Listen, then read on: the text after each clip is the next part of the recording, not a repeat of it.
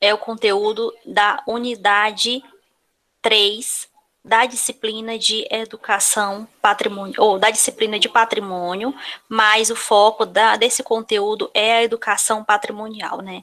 Eu dividi, já está gravando, iniciou agora.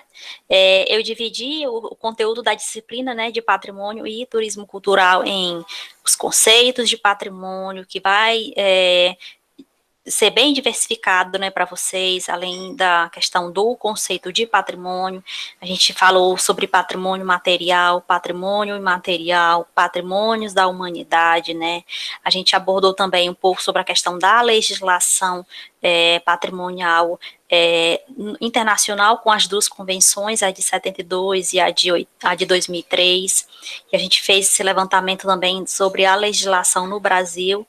Então, a gente falou um pouco mais sobre a questão da lei do tombamento para nós, que é interessante a lei do tombamento, que é o decreto-lei de 1937.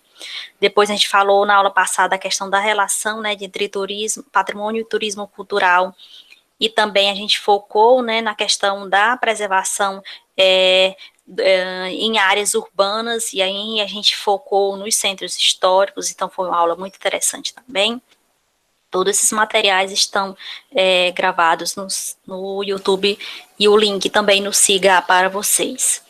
E aí, finalizando, né, na semana passada, na semana retrasada, de fato, na semana retrasada, dia 29, a unidade 2, né, hoje a gente vai trabalhar a unidade 3, a disciplina, que vai abordar a questão sobre educação patrimonial. Por que a gente coloca esse conteúdo dentro de uma disciplina de turismo, né? Turismo? Porque, gente, a educação patrimonial, ela é essencial para a formação, não só a formação de vocês, mas para o entendimento do que é de fato patrimônio e de como a gente pode intervir nesses espaços, né? Nesses espaços que a gente fala de espaços formativos e espaços não formativos.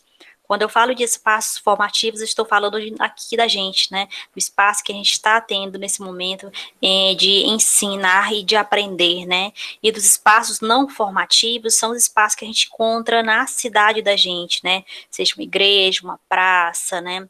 Um próprio centro histórico, um museu. Então, são espaços extras, mas que servem para ensinar e para, de fato, aprender sobre a história daquele local e sobre a importância, né, desses espaços para a própria formação de nós cidadãos. Então, esse conteúdo é muito importante, não só para a formação de vocês, né, mas para o entendimento, de fato, do que é esse patrimônio brasileiro, né. E aí a gente vai falar um pouco, né, inicialmente, um pouco sobre a questão da interpretação do patrimônio, que para os atuais autores do patrimônio é a educação patrimonial, ou é a educação para o patrimônio. Então, vocês poderão ter acesso a textos futuramente, que eles vão falar sobre a interpretação do patrimônio, eles vão falar de educação patrimonial, ou de educação para o patrimônio. Então, na verdade, é a mesma coisa. O que vai mudar de fato, gente, dependendo da forma como você vai aplicar uma atividade ou desenvolver um roteiro turístico, é a metodologia, porque é necessário uma metodologia, né? E aí, eu tenho até uma metodologia para explicar para vocês. Essa metodologia de educação para o patrimônio, na verdade, é uma metodologia que vai trabalhar projetos educativos, tá bom? Na verdade, é um trabalho, uma metodologia muito interessante que eu vou enviar para vocês mais futuramente, alguns textos, e esse material é um material interessante. Não vejo necessidade agora de vocês terem acesso, até porque isso pode até confundir um pouco a cabeça de vocês com a quantidade de textos, mas é um material interessante para vocês entenderem como funciona, de quais etapas para se desenvolver um projeto de educação patrimonial, e aí eu falo de projetos educativos, tá bom? E o que eu tenho para falar sobre a interpretação do patrimônio, que na verdade é um conteúdo que eu enviei para vocês antes da educação patrimonial, né, é que o termo, né, surgiu da interpretação do patrimônio na década de 50, mais precisamente em 1957, né?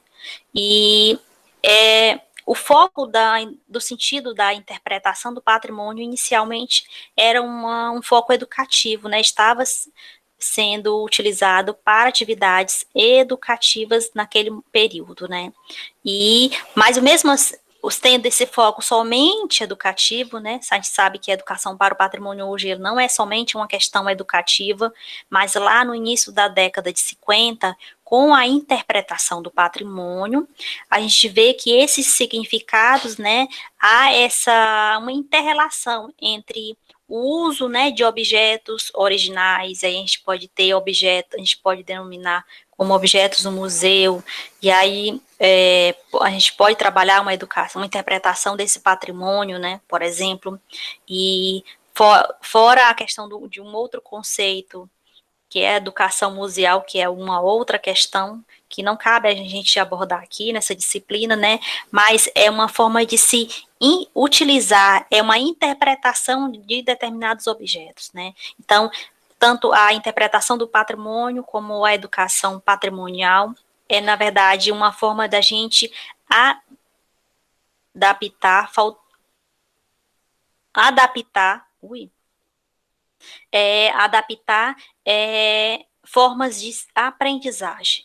Então, é algo interessante porque a gente acaba associando isso ao patrimônio local. A gente fala de igrejas, a gente fala de espaços não formais, a gente fala de praças, a gente pode adaptar isso para os centros históricos. Então, esses espaços não formais são espaços que acabam sendo utilizados para uma interpretação do patrimônio, e cabe a nós associar isso dentro de uma atividade, seja ela educativa ou não.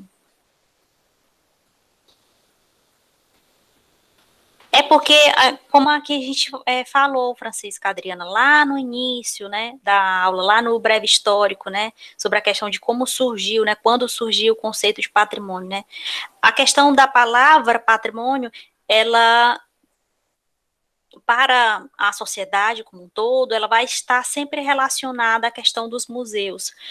Iniciou-se, de fato, nos museus, né, com o estudo desses objetos, né, dos objetos antigos nos museus.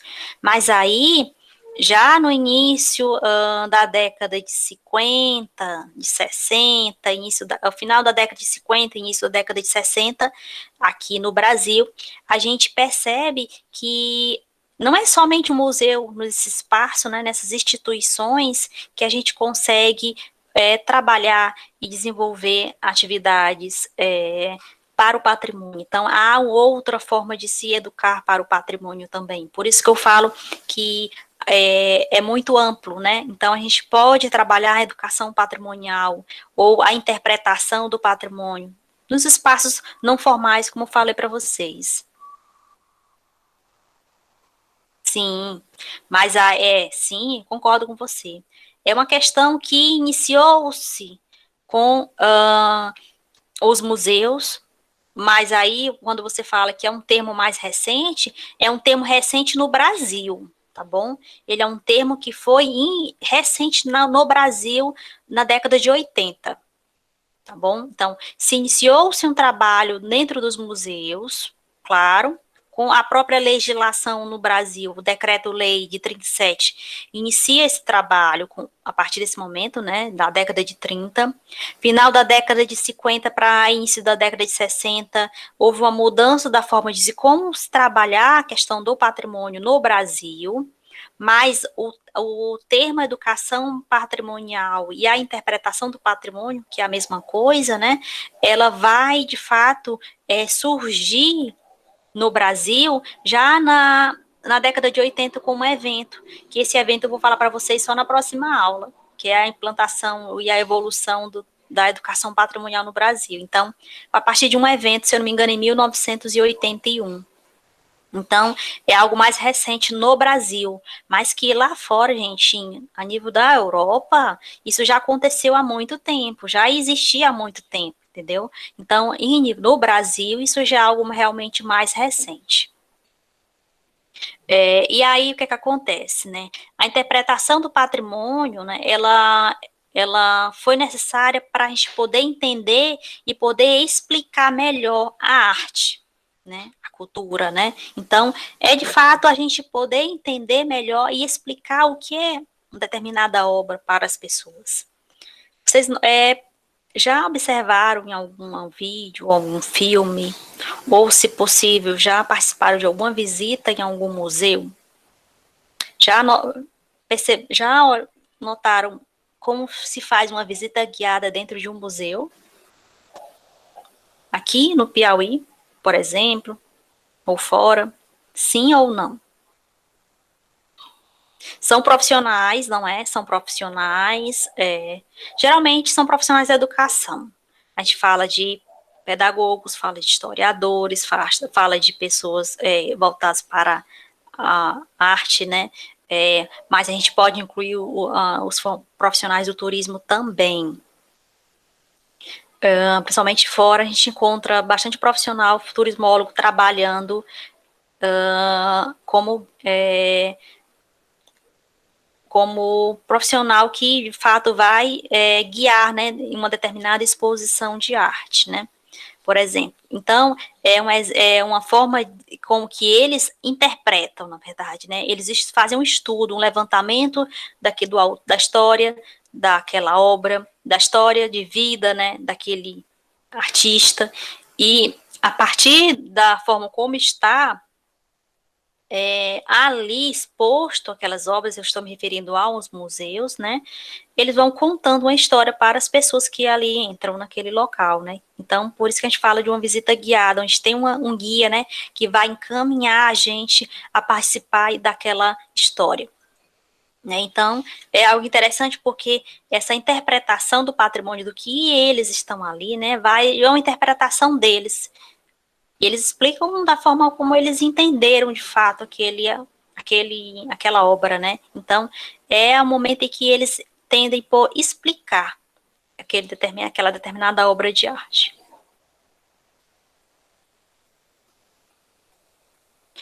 Pode ser, né? Aí vai depender da questão dos museus, né? Da própria legislação que ela pode fazer para mudar isso. Mas a gente espera que não aconteça, porque é muito interessante, gente, de participar de uma visita guiada em um museu. Eu já participei, eu acho bacana demais. Vamos esperar que não, gente. A gente precisa de profissionais, pessoas, seres humanos trabalhando nesse momento, né? E o que acontece? A interpretação do patrimônio, ela é definida como método, ela é definida como metodologia, né? Então, vocês vão ter uma metodologia, um exemplo, na verdade, há uma infinidade de metodologias para educação patrimonial e interpretação do patrimônio. Mas o que se a gente, todas essas metodologias vão ter só um único foco, um único objetivo, que é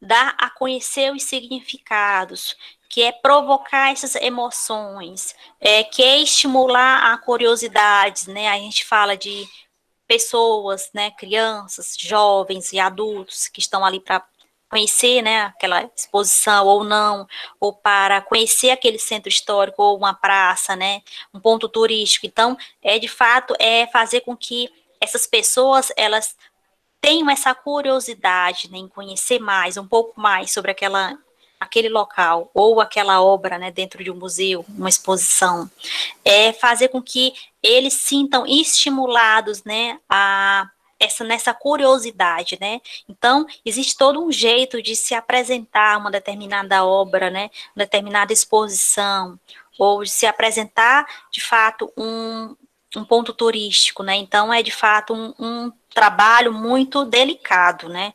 Tanto para os guias de turismo, né? Que é uma formação com um curso específico, como para quem vai trabalhar com mediação, e aí a gente pode incluir nós, turismólogos. Então, há uma diferença, gente. Guias de turismo e turismólogos, bacharéis, tá bom? Se vocês puderem ter essas duas formações juntas, muito bom. Mas se não, gente, guia de turismo é uma profissional, turismólogo é outro. Então, a gente vai trabalhar aqui com mediação, tá bom? Então, a gente vai falar de mediação para o patrimônio.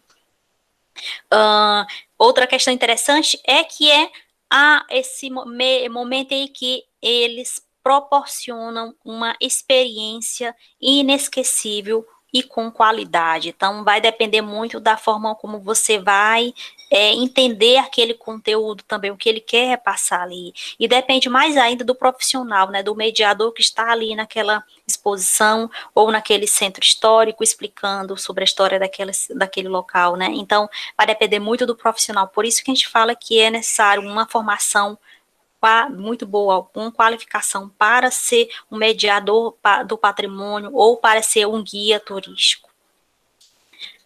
Outra questão interessante é que para a interpretação do patrimônio é essencial esse incentivo, né, da formação e do gosto, né, pela cultura, pelo patrimônio, pela história, né? Então é necessário que essas pessoas, esses profissionais façam diversos cursos, né, para se qualificar melhor e que isso seja um processo de fato que seja contínuo, né? É necessário para a manutenção, né, desse profissional e a existência desse profissional também. Outro ponto interessante é que essas metodologias elas acabam sendo focando nesse sentido, né? Que é provocar as emoções, que é incentivar essa curiosidade, principalmente quando a gente vai trabalhar com mediação com crianças. Então, há uma fala diferenciada para crianças, para jovens e para adultos. Então, são faixas etárias com o mesmo conteúdo, mas a forma como você vai abordar esse conteúdo é diferente para crianças, é diferente para jovens e é diferente também para adultos, né? Você pode ou não desenvolver no final uma atividade, né? Uma brincadeira com eles, ter um brinde ali, algo que você possa oferecer, né? Daquele local. Então, há uma infinidade de formas de se trabalhar a educação para o patrimônio, que não seja somente o profissional ali falando e eles ouvindo, né? E é necessário que essa mediação ela tenha uma participação ativa, tanto do profissional quanto de quem está ali participando da visita. E aí a questão da educação patrimonial, né? Essa questão da educação patrimonial, hoje a gente vai falar sobre os conceitos, né, básicos da educação patrimonial hoje. Então, vamos deixar a questão histórica para o próximo conteúdo da semana da próxima quarta-feira. E aí, o que acontece? Eu coloquei no material que eu enviei para vocês, se eu não me engano, tem o conteúdo em PowerPoint, e tem um artigo. Esse artigo, gente, é um artigo complementar. Vou falar um pouquinho sobre ele daqui a pouco. Esse conteúdo, eu acabei escolhendo alguns autores, são autores, gente, são os autores clássicos que vão abordar de fato o que é educação para o patrimônio. Eles vão falar muito nessa questão de trabalho sistemático, essa visão mais educativa, mas de fato é isso, né? Aí a forma como você vai utilizar isso no seu trabalho, seja na educação ou não, aí vai depender da metodologia e da forma como você vai aplicar essa metodologia. A gente tem a Horta, a gente tem o próprio IFAM, que vai falar sobre educação patrimonial, e é interessante que no próprio site do IFAM tem um material muito interessante, e eu indico para vocês, sobre educação patrimonial, no próprio site do IFAM. A Florencio também, ela fala muito bem sobre essa questão da educação para o patrimônio. Temos o Teixeira, temos o Pacheco e Vargas. Então, há uma infinidade de autores que eu montei nessa apresentação para vocês, que está no CIGAR, e que vai, de fato, falar o que é para esses autores a educação para o patrimônio. E o que, de fato, isso vai influenciar no sentido de formação de vocês é nessa ampliação do sentido, né, do patrimônio. Então, a educação para o patrimônio, ou a educação patrimonial, ela vai fechar com chave de ouro essa disciplina, porque ela vai proporcionar, pelo menos, né, eu acredito que ela vai proporcionar para vocês esse entendimento sobre a questão da importância de se trabalhar e de se conhecer, de se preservar, né, se apropriar desse patrimônio, seja brasileiro ou seja na cidade da gente que a gente mora. Então, de fato, é um conteúdo chave que vai finalizar esse debate sobre a questão do patrimônio para nós nessa disciplina, né? E da importância que a educação para o patrimônio tem na própria formação de nós turismólogos também. E aí o que acontece, né? Todos os autores, eu apresentei algumas citações, mas eu vou falar de uma forma geral aqui, para todos nós, né, essa questão do que de fato trata essa questão da educação para o patrimônio, ou da educação patrimonial. E os autores falam que é um processo sistemático de trabalho educacional que está centrado no patrimônio, né? Quando a gente fala de educação patrimonial, a gente está falando de educar, né?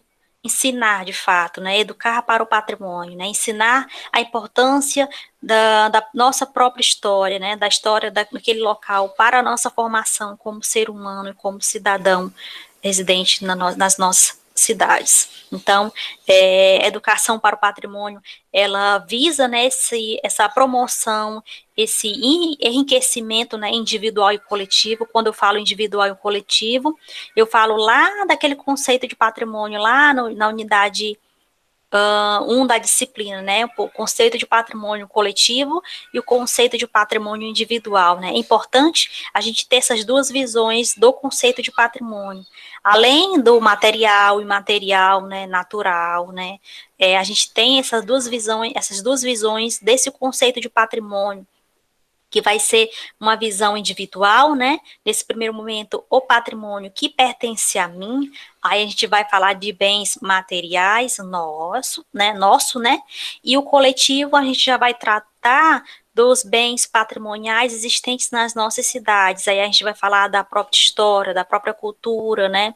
Dos bens materiais e imateriais existentes na nossa cidade, né? Então a gente vai falar do coletivo, da importância que a gente tem de cuidar, né, de preservar ou salvaguardar esses bens coletivos. Então, são duas visões do patrimônio e que é interessante a gente ter em mente sempre quando a gente for falar ou desenvolver alguma atividade com base no patrimônio, né? A importância do patrimônio individual e a importância do patrimônio coletivo.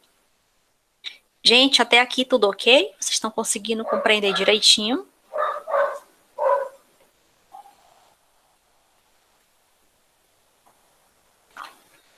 Sim, né? Qualquer dúvida, a gente tira, consigo solucionar isso aqui, tá bom? Se for possível, né? Outra questão que é interessante também é que o trabalho com crianças, quando a gente vai falar sobre educação para o patrimônio ou educação patrimonial, ele é essencial logo quando as crianças iniciam a vida educativo na escola. Então, quando a gente fala de educação para o patrimônio, é essencial a gente abordar inicialmente com crianças, porque quando a gente ensina a valorização da nossa história, da cidade, a gente ensina que as crianças não entendam que é necessário a importância da cidade, de uma praça, de uma rua, da própria escola, né? Então, a gente vai falar de uma educação para o patrimônio, a gente vai falar de uma forma em que eles vão entender que é necessário para a formação deles. E quando a gente, sim, um sentimento de pertencimento. E quando a gente faz isso inicialmente com crianças, essas crianças, quando elas chegam à idade adulta, elas passam a reconhecer isso, a entender melhor a importância da própria história local. Inclusive, gente, quando a gente vê esses ambientes, principalmente os centros históricos, pichados, com sujeira. A gente vai entender que se houvesse trabalhos de educação para o patrimônio com a comunidade, não falo somente de escolas, mas com a comunidade em geral, esses espaços não estariam da forma como estão, né? Então, seriam de espaços realmente que as pessoas entenderiam que era necessário a limpeza, que era necessário esses ambientes estarem realmente limpos e sendo utilizados tanto para o desenvolvimento do turismo como para o desenvolvimento educacional também, porque dá para a gente trabalhar isso dentro das disciplinas curriculares, ok? Então, quando a gente ensina, sim, se utiliza a alfabetização cultural. Tem autor que não gosta dessa palavra, não se alfabetiza, né? Para isso, mas aí vai depender de cada um entendimento, né? Então, quando a gente faz esse trabalho com as crianças inicialmente, a gente vai entender que a partir desse processo, né, inicial com crianças, eles se tornarão pessoas que entenderão a importância da própria história, que passarão a não fazer sujeiras, né, deixar sujeiras, derrubar uma casa que tem um sentido, um valor histórico. Então, fazer realmente algo que não pode e que não é legal para a nossa história também. Então, a gente vai entender que esse sentimento de pertencimento, ele se, de fato, é inicialmente trabalhado com as crianças. Também, a gente pode, né, desenvolver atividades com as lendas, não é? Também folclore. Então, isso tudo, gente, vai ser um trabalho que vai ser desenvolvido e que é essencial quando a gente desenvolve, principalmente com as crianças, né? Mas dá para a gente trabalhar com adultos também, ok? Outra questão interessante é que a educação para o patrimônio, ela envolve, gente, uma aprendizagem humana, ela envolve a incorporação, né, dessa cultura, né, e principalmente quando a gente fala de modos de agir, de pensar e de se relacionar com o outro, né, então a gente deve trabalhar de uma forma diversificada. E aí a gente pode entender que a educação para o patrimônio, ela se torna um ato essencial no processo educativo. Aqui eu falo de processo educativo do ser humano. Aqui não somente escola, né, mas o processo educativo do ser humano de uma forma geral, né? Então a gente vai fazer com que essas pessoas, né, ou que esses jovens, com essas crianças ou com esses adultos, eles entendam, né, tenham essa consciência, né, de pertencimento, né, saibam valorizar esses espaços não formativos também. E aí, o que acontece? Quando a gente vai falar dessa relação, né, com o outro, dentro de uma atividade educativa ou de uma atividade que não seja educativa, mas que promove essa educação para o patrimônio, né, a gente pode e a gente, na verdade, deve utilizar os espaços não formativos, que eu falei para vocês, né, que são os espaços públicos, ou comunitários, né, que são as praças, as igrejas, né, os pontos turísticos, praias. Então, são espaços que a gente pode interpretar isso como pertencente à nossa cidade, né, à nossa localidade. Então, de fato, são espaços que poderão ensinar, né, para nós, né, seja a nossa história, a própria cultura. Então, são espaços realmente que promove essa valorização, né, essa apropriação, né, das práticas materiais dos seres humanos, né, porque o patrimônio é isso, né, é uma prática material do próprio ser humano, né, como surgiu isso? Através do ser humano, né, através dessas práticas da convivência, né, do conhecimento que o ser humano adquiriu ao longo dos séculos, então o patrimônio vem disso, né, desse meio, né, desse movimento que o ser humano fez ao longo da própria história.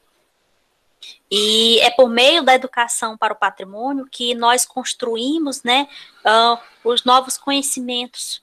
A gente passa a buscar um novo conhecimento, uma nova interpretação, né, a partir daquele conhecimento, daquela história. Então, é essencial que a gente passe a fazer uma mudança daquela realidade. Então, é necessário a gente mudar a partir da interpretação, né, essa realidade, né? Então, se a gente conhece uma praça que ela é uma praça importante para aquela cidade, então vamos trabalhar naquela praça, vamos fazer uma atividade diferente com crianças determinado dia, com jovens determinado dia, ou com adultos também. São atividades diferenciadas, com um foco diferente, né? Com relação à questão educativa, mas que o todo, né, essa junção dessas atividades vai se transformar nesse processo educativo que pode ser variado, gente. Então, há uma infinidade de formas de a gente trabalhar a educação para o patrimônio. E, no exemplo, numa praça, a gente pode desenvolver brincadeiras com crianças, a gente pode desenvolver atividades de arte, de pintura ou de teatro com jovens. É um exemplo, gente, que a gente dá com adultos. Enfim, a gente pode montar uma feira que vai trabalhar artesanato nesse local.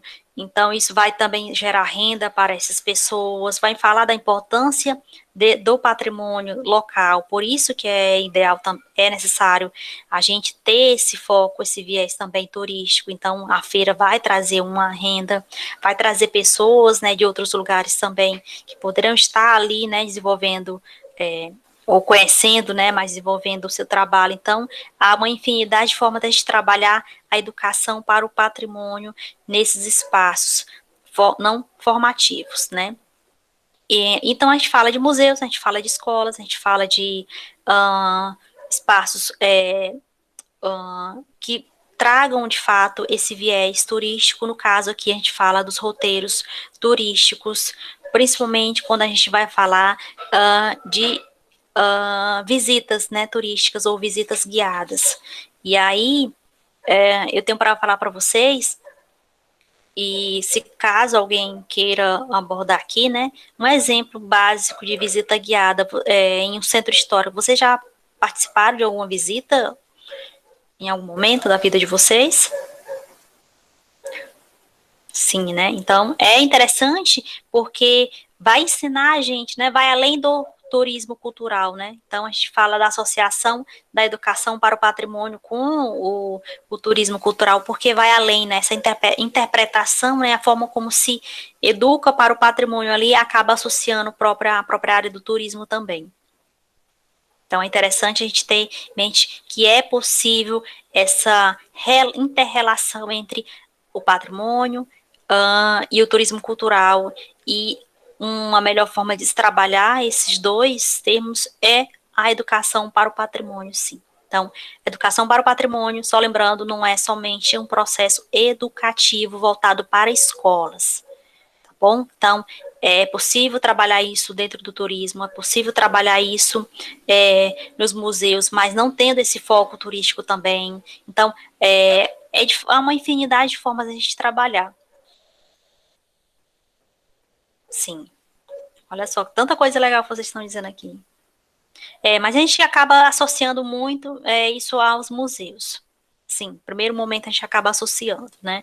Mas há uma infinidade de formas de trabalhar isso. Outro ponto que eu tenho para apresentar para vocês é um artigo. Eu acredito que eu enviei esse artigo complementar, é leitura complementar, gente. Esse artigo é um artigo denominado Educação Patrimonial e a Interdisciplinaridade em Sala de Aula, um estudo de caso. É um exemplo de atividade desenvolvida em uma escola. Não aqui, gente, é um trabalho publicado por dois autores, o André Luiz Ramos Soares e o Sérgio Célio Clent. E, na verdade, o André Luiz Ramos Soares, eu conheci ele em um evento, né, de educação para o patrimônio. Ele é um professor da Universidade Federal de Santa Maria e que tem um centro de pesquisa voltado para a educação patrimonial lá. É um pesquisador da área do patrimônio, somente voltado para a educação patrimonial. E é interessante esse trabalho que ele tem com esse viés voltado para a educação e para a arqueologia por conta da formação dele também. Mas é só um exemplo aqui, gente, para vocês finalizarem esse entendimento acerca da educação para o patrimônio, né? Vai além, de fato, da questão educativa. Mas só para vocês terem a noção, né? O André Luiz, na verdade, ele cria esse centro, na verdade, é um núcleo de educação patrimonial, né, que vai falar sobre pesquisa arqueológica, né, em um determinado imóvel na cidade de Santa Maria, né, e a partir desse momento que ele cria esse núcleo de pesquisa, ele associa isso à rede municipal da cidade de Santa Maria. Então, ele vai desenvolver, ele como professor e pesquisador da área do patrimônio, mais precisamente da educação, ele vai desenvolver atividades de educação para o patrimônio com os professores, e esses professores, eles acabam por desenvolver com os seus alunos atividades diversas, sendo que boa parte delas tem esse foco na arqueologia, por conta da própria história da cidade, vestígios arqueológicos que se encontram lá. Além disso, né, ele utiliza uma metodologia específica, e essa metodologia eu posso detalhar melhor na próxima aula. É uma metodologia, gente, de 3 autoras, mas aí eu tenho uma segunda parte dessa metodologia, que é um livro do ano de 2000, da Evelina Grunberg, que eu posso indicar para vocês como leitura extra, tá bom?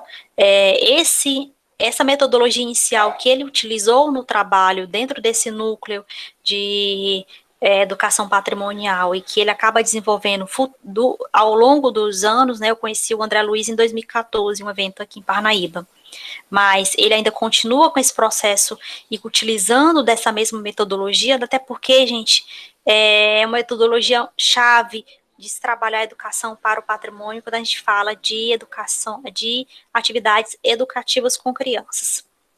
Mas a gente pode adaptar isso também, dependendo da formação de cada pessoa, né? Então, dá para adaptar essa metodologia. É uma metodologia, gente, que foi criada em 1999, mas ela tem uma atualização no ano de 2000 por uma dessas autoras. Então, a gente tem a Horta, que vocês depois, quando vocês lerem a citação dela, vocês vão entender melhor a questão. Tem a Evelina Grunberg, que é uma autora argentina, mas que mora no Brasil, e tem a Adriana Monteiro também, de 1999. Então, essa metodologia dessas 3 autoras se juntaram para definir uma metodologia-chave para se trabalhar projetos de educação do patrimônio, né? E essa metodologia ela é dividida em 5 etapas. A gente tem a observação, o registro, a exploração e a apropriação. E dentro dessas metodologias, a gente pode trabalhar uma infinidade de atividades, porque isso vai facilitar melhor o entendimento para vocês. Aí o que acontece? Ela coloca num quadro as etapas, né? A gente tem a observação, a gente tem o registro, a gente tem a exploração e a apropriação, que é de fato, que é o momento chave desse projeto, né? Que ele fala de forma detalhada no artigo, mas eu quero que vocês leiam esse artigo para vocês entenderem melhor o que eu estou explicando aqui. E aí, o que ela faz? O que na verdade, os 2 autores, né, do artigo faz? Eles falam que uma melhor forma de se trabalhar a educação para o patrimônio dentro da primeira etapa da observação é quando você consegue inserir atividades de percepção visual, né? E aí a gente vai falar quando a gente consegue explicar determinada história, e que a gente utiliza também ao momento de comparação com determinado lugar, ou quando a gente coloca jogos, né, interativos também. Isso vai promover, gente, um desenvolvimento de percepção. Então, por isso que é a observação, o momento em que ele vai perceber, né, aquela determinada atividade. Outra questão, a importância daquela atividade, não só da atividade, mas do que está sendo proposto para eles a partir daquela atividade. Outro ponto interessante, ele fala que na segunda etapa, que é o momento de registro, as professoras daquela escola, né, da escola municipal, de uma escola, ele cita o nome da escola municipal, fizeram uma atividade de registro a partir da primeira etapa de observação. E eles vão falar de que é uma infinidade de formas de trabalhar dentro do registro. Aí, então, eles promoveram atividades de desenhos, de descrição verbal ou escrita, né? Então, a gente pode falar aqui do momento em que se promove uma visita, um exemplo, né? Uma visita guiada com as crianças ou com jovens, né? Ou com adultos. E a partir daquela visita guiada, quando eles voltarem para a sala de aula, eles vão interpretar aquele patrimônio que eles visitaram antes. Então, eles vão poder fazer isso através de um desenho, de uma pintura, né? Então, há uma infinidade de formas de se trabalhar isso. Ou através de uma redação também. Então, quando a gente fala de educação para o patrimônio, a gente fala também de interdisciplinaridade, né? Então, há uma infinidade de formas de se trabalhar isso. Aqui ele acabou incluindo a educação patrimonial dentro dessa atividade com essas professoras na escola, porque elas acabaram utilizando a metodologia, né, indicada por ele, e dentro das disciplinas do currículo escolar. Então, dá para trabalhar geografia, história, matemática, português, redação, então, artes. Então, dá para se trabalhar isso, encaixar essas disciplinas dentro dessa metodologia. Então, a gente pode trabalhar desenho, pintura, né, nesse momento de registro, né, que é a segunda etapa. É o momento em que eles fazem a visita e trabalham isso dentro de sala de aula. Então, a gente pode fazer isso também. Isso era legal a gente fazer com vocês, mas no início não vai ser possível essa atividade, né? Mas seria bem interessante para vocês entenderem melhor esse patrimônio, né? O patrimônio que vocês têm nas localidades de vocês.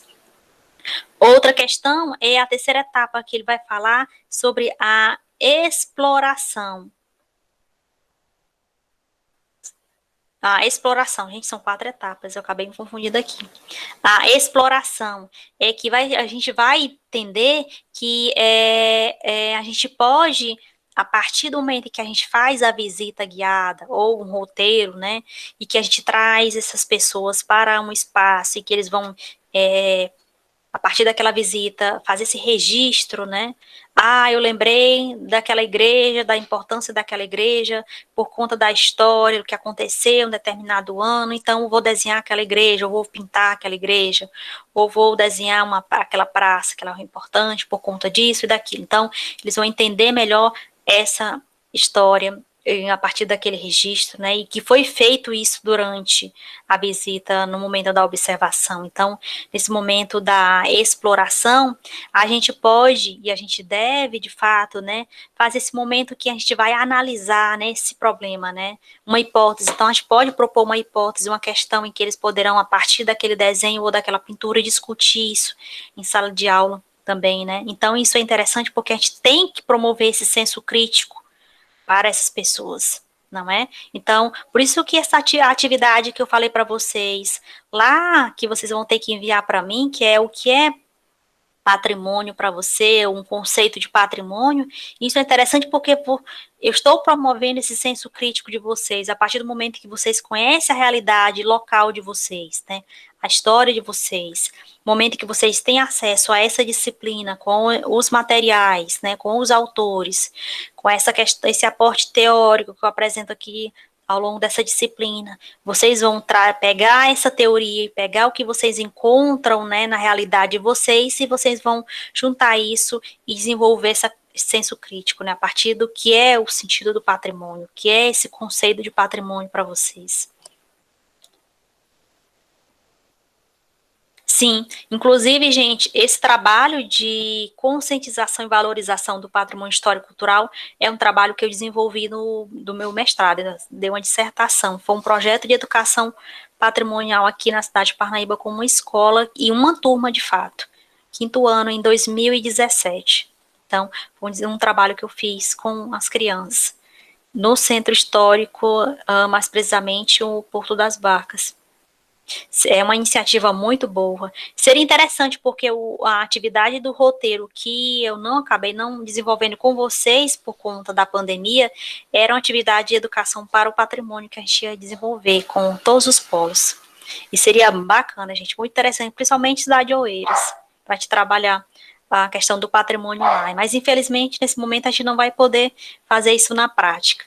Mas era o ponto chave final da disciplina.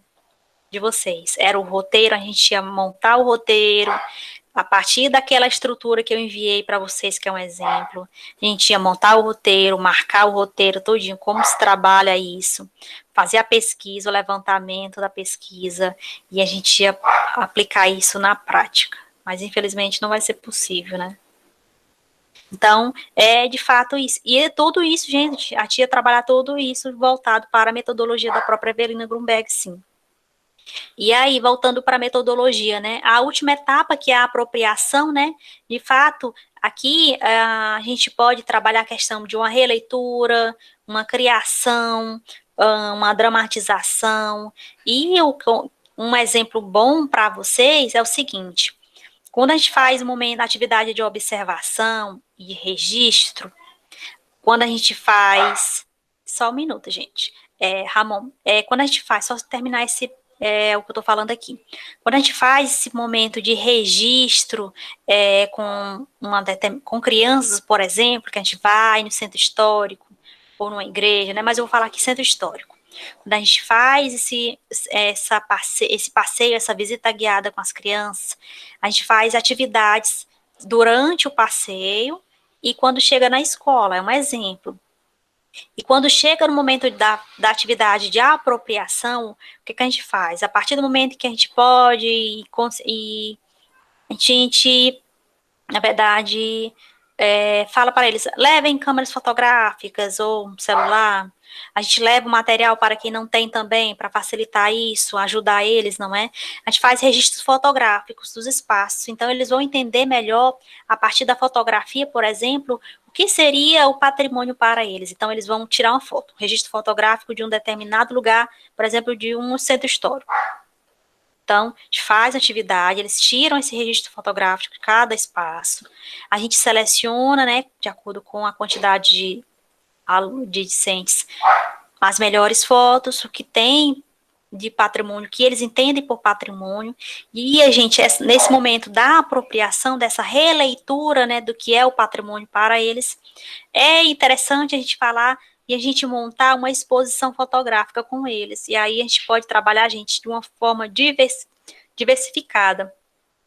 Como falei para vocês, eu trabalhei isso durante o meu mestrado, ou no projeto, eu fiz uma atividade de exposição com eles. Então, a gente fez o registro durante um dia, trouxe para a sala de aula, a gente conversou sobre aquele roteiro, né, que a gente trabalhou. Depois, eu fiz a impressão das fotos, né, selecionada por eles. A gente montou molduras com palito de picolé, bonitinho, colou a foto. Depois a gente fez a montagem da exposição com essas crianças. E aí, depois eles foram, dessa montagem, eles foram apresentar a exposição fotográfica. Olha só, um exemplo bacana, né? Então, de fato, é interessante a gente iniciar esse processo de educação para o patrimônio com crianças, porque facilita esse entendimento de pertencimento logo com eles, né? Mas a gente pode também trabalhar isso com os jovens e com os adultos também. E dentro do turismo, gente, há uma infinidade de formas de trabalhar, inclusive essa metodologia da Evelina Grunberg, que vai falar sobre a observação, sobre o registro, sobre a exploração e sobre a apropriação, que são as 4 etapas, elas podem serem desenvolvidas isso através de atividades turísticas também, dos roteiros, na verdade, né, dos roteiros turísticos também. Então, é de fato um momento chave para o entendimento do que é o patrimônio e da importância do patrimônio das localidades, né, desses locais para a nossa sociedade, enfim.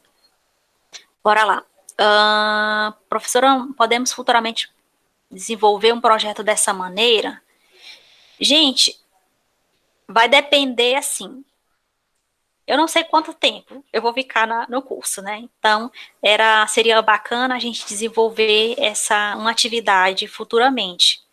Aí a gente teria que ver futuramente como vai ser como vai ser o andamento do curso, né? Mas seria muito bom que vocês pudessem participar, né? Já terem estudado a disciplina, mas puderem participar, caso tenham interesse, no desenvolvimento de um roteiro turístico, seguindo o modelo daquele projeto que eu enviei para vocês e que vai focar na educação patrimonial, sim. Seria bacana. Era um objetivo inicial que eu tinha em mente desde o início da disciplina. Quando eu falo isso, eu falo abril, né, antes de vocês entrarem no curso. Era um objetivo inicial, mas aí, com o passar do tempo, a pandemia ainda não melhorou e eu tive que retirar a atividade prática da disciplina e deixar somente a questão teórica e o modelo do projeto com vocês. Infelizmente, nesse momento não vai ser possível, né? Eu acredito que no próximo ano, se tudo melhorar, a outra turma já vai desenvolver isso na prática. Inclusive, poderão trabalhar, desenvolver isso e convidar os colegas anteriores da disciplina para esse desenvolvimento dessa atividade. Ramon, né? Eu já trabalhei com educação infantil, a gente sempre levava as crianças para visitar a igreja, certo? Legal. Sim, é uma atividade de educação para o patrimônio, sim, Ramon. Então, você pode não ter utilizado a metodologia detalhada com as etapas, mas você desenvolveu algumas dessas etapas dentro da sua atividade na escola, sim. Então, é algo realmente muito bom para se trabalhar com crianças, sim. Sim, muito bacana mesmo. Então, gente, o conteúdo de educação para o patrimônio ele é bem pequeno, ele não, de fato, ele não é muito extenso. Eu não vou me estender muito com relação a esse conteúdo, porque, gente, todos os autores vão falar a mesma coisa. Eles vão falar de processo sistemático, de valorização da cultura e da história. Eles vão falar de um trabalho que vai ser essencial para o processo educativo. Outros autores vão falar que é importante para o desenvolvimento do turismo local também. Então, isso tudo, gente, vai ter o mesmo sentido. Por isso que eu falei de uma forma geral aqui, o que os autores abordaram no material de vocês, de leitura de vocês lá no PowerPoint. Então, é um conteúdo abrangente, mas que foi realmente essencial aqueles autores estarem ali para vocês terem essa noção do que é de fato a educação para o patrimônio. E eu acredito que a partir de agora vocês vão conseguir desenvolver a atividade do Fórum 2, qual é a relação da educação para o patrimônio, né, com o turismo cultural, que é um link de um vídeo que eu indiquei para vocês, são dois, na verdade, um é a continuação do outro, em que a Sônia Rampim Florencio vai falar de uma forma muito bacana a questão do patrimônio, da educação para o patrimonial, e vocês poderão, a partir desse conteúdo de hoje e do vídeo, associar isso e responder aquela atividade do fórum no CIGA, assim, de uma forma muito interessante. Mais alguém, gente? Hoje vai finalizar mais cedo para vocês. Mais alguma dúvida? Eu estou aqui para responder e tirar as dúvidas de vocês com relação ao conteúdo. Bora lá? Alguém tem alguma dúvida com relação ao conteúdo? Para finalizar?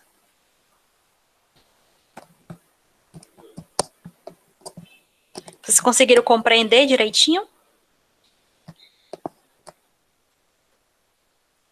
Sim, Miriam. Mais alguém? Facilitou, né? Essa explicação. Gente, não é um assunto que é difícil. Não é difícil. Ele é essencial para a formação de nós. Muito essencial, tá bom? Então, de fato, ele auxilia nesse processo de educação para o patrimônio até da gente também. Então, o ideal seria a gente finalizar com esse roteiro, né? A prática desse roteiro que eu iria deixar para o final da disciplina, a gente andando marcando esses roteiros em todos os polos, mas infelizmente não vai ser possível. Seria muito bom mesmo. Mas a gente vai ficar somente na teoria nesse momento, não é? Gente, olha só. Eu vou finalizar a gravação aqui da aula para poder já encaminhar no YouTube para os demais que não puderam participar hoje. Agradeço vocês. Gente, me procurem. Quem ainda não me procurou por e-mail, tem alguma atividade alguma dúvida com relação às atividades, podem me procurar, gente. Eu vou responder todos de forma individual, de um por um, tá bom? Professora, eu tenho dúvida com relação à atividade 1, atividade 2, pode procurar por e-mail. Eu tenho dúvida ainda com relação ao Fórum 1 e ao Fórum 2. Pode me procurar por e-mail que eu vou tirar todas as dúvidas de vocês. E lembrando, gente, eu marquei as atividades, mas ainda tem tempo para vocês fazerem elas, tá bom? Tudo no seu tempo. Próxima quarta-feira, eu vou explicar o último conteúdo que finaliza a unidade 3, que é a questão da evolução da educação patrimonial no Brasil, né? Tem um pouco sobre a questão histórica, vai trabalhar um pouco lá aquele conteúdo da aula 29, do dia 29 de julho, de forma muito breve, mas aborda um pouco sobre aquela questão. E aí eu já explico para vocês a questão da prova, né? E, se possível, se der tempo, eu já indico para vocês quais os conteúdos vão ser da prova. Mas eu vou lembrar vocês no SIGA os conteúdos, vou deixar bem claro lá quais os conteúdos, deixar anotado. E lembrar também no SIGA quando já estiver próximo da data também. Então, dia 10 vai ser a nossa prova objetiva, né? Questões de marcar no SIGA. Vocês terão um tempo muito bom, né? Das 8 da manhã até as 8 da noite para poder fazer essa prova com calma e bem direitinho para todo mundo tirar a nota boa. Francisca Adriana, que horário? Horário da prova?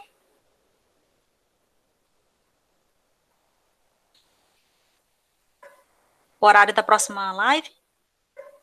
Da próxima live. Mesmo horário. Não, da prova, a prova ela vai ficar aberta para vocês no dia 10/9, das 8 da manhã até as 8 da noite. Então, vocês terão um tempo muito bom para responder a atividade de vocês, a avaliativa, que é a prova. Vou indicar para vocês, se der tempo, eu indico para vocês logo na quarta-feira, aí vocês já depois deixam para estudar, gente. Comecem os estudos. Na verdade, revejam esses vídeos. Vai ser muito bom vocês verem esses vídeos que eu deixei lá no YouTube do curso. Desde o primeiro vídeo da unidade 1. Olharem os vídeos, fazer algumas anotações do que eu estou explicando. E depois olham o material que eu indiquei e fazem a prova bonitinho.